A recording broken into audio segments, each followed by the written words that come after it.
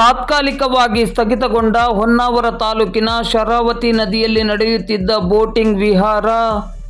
ಹೊನ್ನಾವರ ತಾಲೂಕಿನಲ್ಲಿ ಕೆಲ ವರ್ಷಗಳಿಂದ ಪ್ರವಾಸಿಗರ ಆಕರ್ಷಣೀಯವಾಗಿ ಮಾರ್ಪಟ್ಟಿದ್ದ ಶರಾವತಿ ನದಿಯಲ್ಲಿ ಬೋಟಿಂಗ್ ವಿಹಾರವನ್ನು ತಾತ್ಕಾಲಿಕವಾಗಿ ಸ್ಥಗಿತಗೊಳಿಸಲಾಗಿರುವ ಬಗ್ಗೆ ಇಂದು ಗುರುವಾರ ಸಂಜೆ 5:30 ಗಂಟೆ ಸುಮಾರಿಗೆ ಮಾಧ್ಯಮಕ್ಕೆ ಮಾಹಿತಿ ಲಭ್ಯವಾಗಿದೆ. ನೂರಾರು ಪ್ರವಾಸಿ ಬೋಟುಗಳು ನೀರಿಗೆ ಇಳಿಯದೆ ನದಿಯ ಎರಡೂ ತಟದಲ್ಲಿ ಲಂಗರು ಹಾಕಿ ನಿಂತುಕೊಳ್ಳುವಂತಾಗಿದೆ. ಕೇರಳ ಪ್ರವಾಸೋದ್ಯಮಕ್ಕೆ ಸರಿಸಾಟಿಯಾಗುವಂತೆ ಕಳೆದ 3-4 ವರ್ಷಗಳಿಂದ ಕೆಳಗಿನ ಪಾಳ್ಯ ಮತ್ತು ಕಾಸರಗೋಡ ಕಾಂಡ್ಲಾವನಕ್ಕೆ ಹೊಂದಿಕೊಂಡಿರುವಂತಹ ಶರಾವತಿ ನದಿಯಲ್ಲಿ ಬೋಟಿಂಗ್ ಉದ್ಯಮ ಬೆಳೆದಿತ್ತು. ನದಿಯ ಹರಿವಿನ ವ್ಯಾಪ್ತಿಯ ಸುಂದರ ಪರಿಸರಕ್ಕೆ ಮನಸೋತು ರಾಜ್ಯ ಹೊರ ರಾಜ್ಯಗಳ ಪ್ರವಾಸಿಗರು ಸಹ ಇಲ್ಲಿಗೆ ಭೇಟಿ ನೀಡುತ್ತಿದ್ದಾರೆ.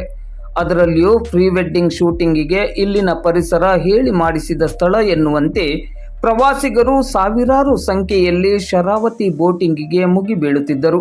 ಆದರೆ ಶರಾವತಿ ನದಿಯಲ್ಲಿ ಅವ್ಯಾಹತವಾಗಿ ರಂಗುರಂಗಿನ ಕಲರವ ಎಬ್ಬಿಸಿದ್ದ ಬೋಟಿಂಗ್ ವ್ಯವಹಾರಕ್ಕೆ ಸ್ಥಳೀಯರಿಂದ ಹಲವು ಬಾರಿ ವಿರೋಧ ವ್ಯಕ್ತವಾಗಿತ್ತು. ಇದೀಗ ಕಳೆದ 1-2 ದಿನದ ಹಿಂದೆ ಕಾಸರಗೋಡ ಕಾಂಡ್ಲಾವನದಲ್ಲಿ ಕುಮಟಾ ತಾಲೂಕಿನ ಗಂಗಾವಳಿಯ ಟೂರಿಸ್ಟ್ ಚಾಲಕನೊಬ್ಬನಿಗೆ ಸ್ಥಳೀಯ ಬೋಟಿಂಗಿಗೆ ಸಂಬಂಧಪಟ್ಟವರು ಹಲ್ಲೆ ಮಾಡಿರುವ ಬಗ್ಗೆ ಪೊಲೀಸ್ ಠಾಣೆಯಲ್ಲಿ ದೂರು ದಾಖಲಾಗಿತ್ತು. ಅದೇ ಕಾರಣಕ್ಕೆ ತಾಲೂಕಿನಲ್ಲಿ ಬೋಟಿಂಗ್ ವಿಹಾರ ಸ್ಥಗಿತಗೊಂಡಿದೆ ಎಂದು ಸದ್ಯಕ್ಕೆ ಮಾಹಿತಿ ಲಭ್ಯವಾಗಿದೆ.